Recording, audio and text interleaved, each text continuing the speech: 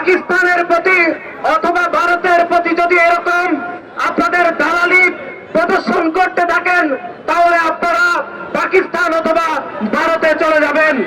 বাংলাদেশে, এই স্বাধীন বাংলাদেশে জুলাই এবং আগস্ট পরবর্তী সময়ে যদি থাকতে হয়, তাহলে স্বাধীন বাংলাদেশের মানুষেরই দালালি করে থাকতে হবে। সংগ্রামী বন্ধুগণ, আমরা দেখেছি চট্টগ্রাম বিশ্ববিদ্যালয়ের বিতর্কিত উপাচার্য শামীম উদ্দিন খান বুদ্ধিজীবী দিবস উপলক্ষে যেরকম বিতর্কিত এবং নজিরবিহীন বক্তব্য দিয়েছেন, তারই পরিপ্রেক্ষিতে বাংলাদেশ জাতীয়তাবাদী ছাত্র দল এবং বামপন্থী ছাত্র সংগঠনের নেতৃত্বে যেরকম আন্দোলন সংগ্রাম হচ্ছিল, সে আন্দোলন সংগ্রামকে বাধাগ্রস্ত করতে কথিত সাধারণ শিক্ষার্থীদের ছাত্র সংগঠন যেভাবে গণতান্ত্রিক আন্দোলনকে বাধাগ্রস্ত করেছে, সে আন্দোলন আমাদেরকে পূর্বে ছাত্রলীগের আন্দোলনের কথা স্মরণ করিয়ে দেয়।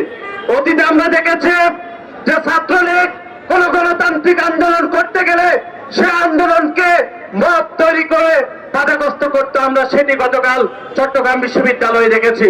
আমরা দেখেছি জগন্নাথ বিশ্ববিদ্যালয় কিভাবে সাধারণ শিক্ষার্থীদের ক্ষোভের বহিঃপ্রকাশকে তারা স্পর্ধা দেখিয়ে বাধাগ্রস্ত করার অপচেষ্টা করেছে। আমরা দেখেছি ঢাকা বিশ্ববিদ্যালয় ছাত্র শিবিরের বিভিন্ন নেতৃবৃন্দ সাধারণ শিক্ষার্থীদের সে গণতান্ত্রিক আন্দোলনকে তারা বাধাগ্রস্ত করার অপচেষ্টা করছে। বাংলাদেশ জাতীয়তাবাদী ছাত্র দল স্পষ্টত ঘোষণা করছে, এই গণতান্ত্রিক আন্দোলনকে কোন ছাত্র সংগঠন যদি বাধাগ্রস্ত করে, তাহলে সাধারণ শিক্ষার্থীদের সাথে নিয়ে সেই কথিত সে সংগঠনকে অবশ্যই আমরা পরাস্ত করবো ইনশাআল্লাহ। এ পর্যায়ে আপনাদের সম্মুখে সমাপনী বক্তব্য। কিন্তু পরবর্তীতে দীর্ঘ 17 বছর ধরে বাংলাদেশের মুক্তিযুদ্ধের মহান চেতনা, একটি বৈষম্য মুক্ত সমাজ, একটি শোষণ মুক্ত সমাজ গড়ার যে চেতনা ছিল মহান মুক্তিযুদ্ধের, সেই চেতনাকে পিষ্ট করেছে।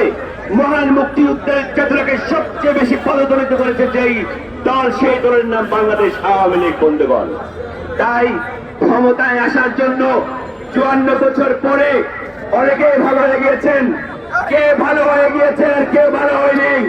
যারা বাংলাদেশের মানুষ তখনই বুঝবে, যারা গণতন্ত্রের পক্ষের শক্তি তারাই বাংলাদেশের পক্ষের শক্তি, যারা এই মানুষের ভোটাধিকারের পক্ষের শক্তি তারাই বাংলাদেশের পক্ষের শক্তি।